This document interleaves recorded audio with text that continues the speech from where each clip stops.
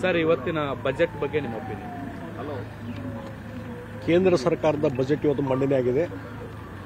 ಸನ್ಮಾನ್ಯ ಪ್ರಧಾನಮಂತ್ರಿ ನರೇಂದ್ರ ಮೋದಿಜಿಯವರ ನೇತೃತ್ವದಲ್ಲಿ ಆರ್ಥಿಕ ಸಚಿವರಾದಂಥ ನಿರ್ಮಲಾ ಸೀತಾರಾಮನ್ ಇವತ್ತಿನ ಬಜೆಟ್ ಮಂಡನೆ ಮಾಡಿದ್ದಾರೆ. ಅತ್ಯಂತ ಸ್ವಾಗತಾರ್ಹವಾದಂಥ ಬಜೆಟ್, ಭಾಳ ಪ್ರೋಗ್ರೆಸಿವ್ ಬಜೆಟ್.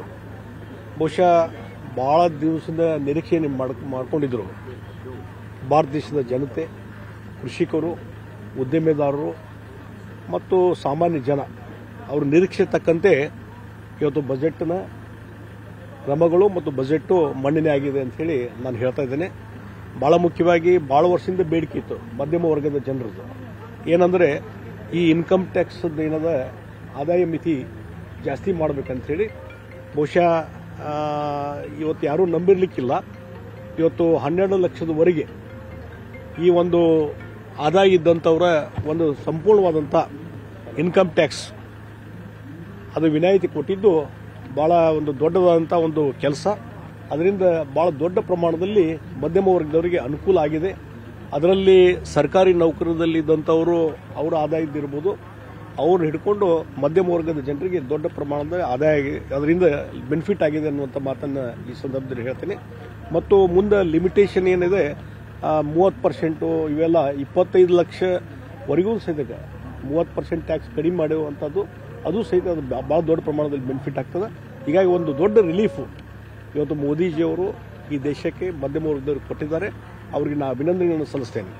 ಇದರ ಜೊತೆಗೆ ನಮ್ಮ ಪ್ರಯಾರಿಟೀಸ್ ಏನಿದಾವೆ ಅನ್ನುವಂಥ ಹಿನ್ನೆಲೆ ಇಟ್ಟುಕೊಂಡು ಇವತ್ತು ಕೃಷಿ ಇಲಾಖೆಗೆ ಕೃಷಿಗೆ ಸಂಬಂಧಪಟ್ಟಂತೆ ರೈತರಿಗೆ ಅನುಕೂಲ ಆಗುವ ದೃಷ್ಟಿಯಿಂದ ಭಾಳ ಏನು ಇಲ್ಲಿವರೆಗಿರುವಂಥ ಸ್ಕೀಮ್ಗಳನ್ನು ಮುಂದುವರಿಸಿದ್ದಾರೆ.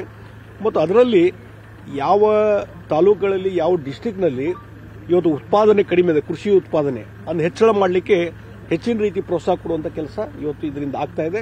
ಮತ್ತು ಹಲವಾರು ಕೃಷಿ ಯೋಜನೆಗಳನ್ನು ಮುಂದುವರಿಸುವಂಥ ಕೆಲಸ, ಅದರ ಮುಖಾಂತರ ರೈತರ ಆದಾಯ ಹೆಚ್ಚಳ ಮಾಡಲಿಕ್ಕೆ ಎಲ್ಲ ರೀತಿಯ ಉಪಕ್ರಮವನ್ನು ಕೈಗೊಂಡಿದ್ದಾರೆ.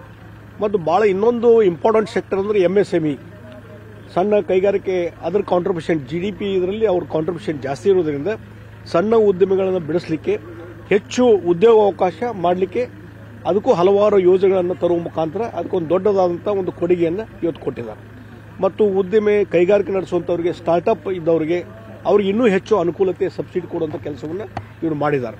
ಇದರ ಜೊತೆಗೆ ಮೋದಿಜಿಯವರು ಪ್ರಧಾನಮಂತ್ರಿ ಆದಮೇಲೆ ಭಾಳ ಮುಖ್ಯವಾಗಿ ಅವರ ಒಂದು ಭಾಳ ಒಂದು ಪ್ರೆಸ್ಟೇಜಿಯಸ್ ಏನೊಂದು ಉಡಾನ್ ಯೋಜನೆ ಇತ್ತು ಅದನ್ನು ಜಾರಿಗೆ ತರುವಂಥದ್ದು. ನಾನು ಇತ್ತೀಚೆಗೆ ನನಗೆ ಒಂದು ನೆನಪು ಮಾಡ್ತದೆ.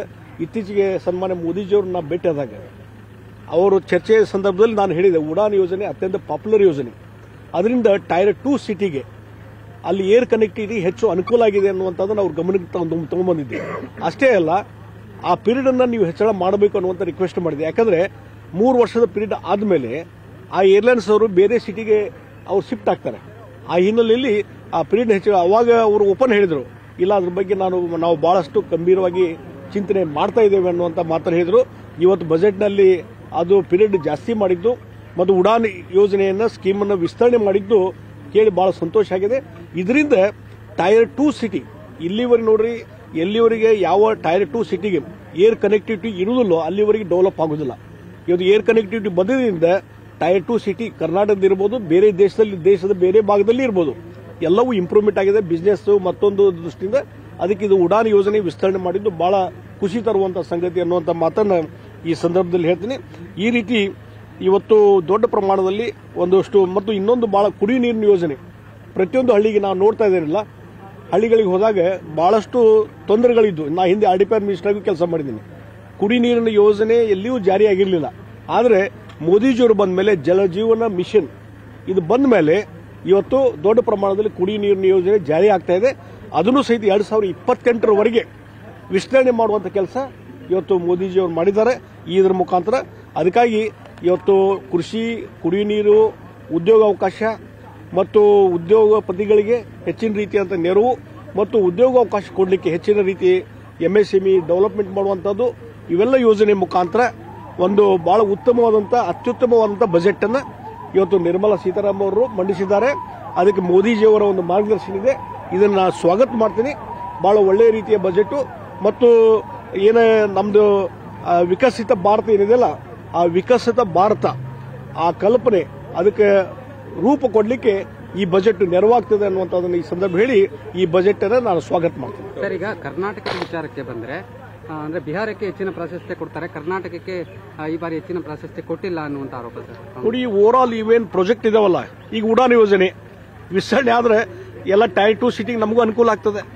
ಅದೇ ರೀತಿ MSME ಕ್ಷೇತ್ರಕ್ಕೆ ಕೆಲವೊಂದು ಸಿಟಿಗೆ ಕೆಲವೊಂದು ಇದಕ್ಕೆ ಮಾತ್ರ ಅನೌನ್ಸ್ ಮಾಡೋದು ಬಿಟ್ರೆ ಇವತ್ತು ಬಿಹಾರಕ್ಕೆ ಉಳಿದ ಓವರ್ ಆಲ್ ಎಲ್ಲ ಸ್ಕೀಮ್ ಏನಿದಾವಲ್ಲ, ಪಾಲಿಸಿ ಡಿಸಿಷನ್ಸ್ ಅದಲ್ಲ, ಎಲ್ಲವೂ ಕರ್ನಾಟಕಕ್ಕೂ ಅಪ್ಲೈ ಆಗ್ತದೆ.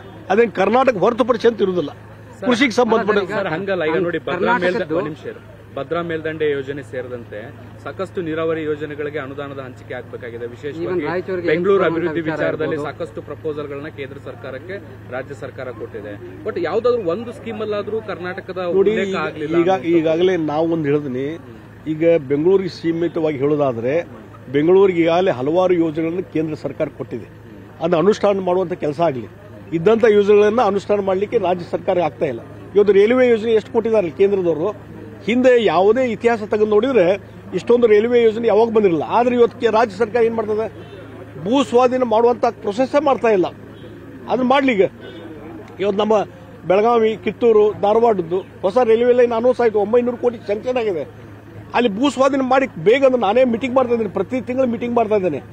ರಾಜ್ಯ ಸರ್ಕಾರ ಅದಕ್ಕೆ ಏನೋ ಒಂದಿಷ್ಟು ಆಸಕ್ತಿ ತಗೊಂತಾ ಇಲ್ಲ. ಈ ರೀತಿ ಹಲವಾರು ಯೋಜನೆಗಳನ್ನ ರಾಜ್ಯ ಸರ್ಕಾರದ ಏನು ಪಾತ್ರ ಇದೆ ಅದನ್ನ ಮಾಡುವಂತ ಕೆಲಸ ಮಾಡಲಿ. ಅದು ಬಿಟ್ಟು ಕೇಂದ್ರ ಸರ್ಕಾರ ಬ್ಲೇಮ್ ಮಾಡುವಂಥದ್ದು ಬೇಡ ಅಂತ ನಾನು ಹೇಳ್ತೀನಿ.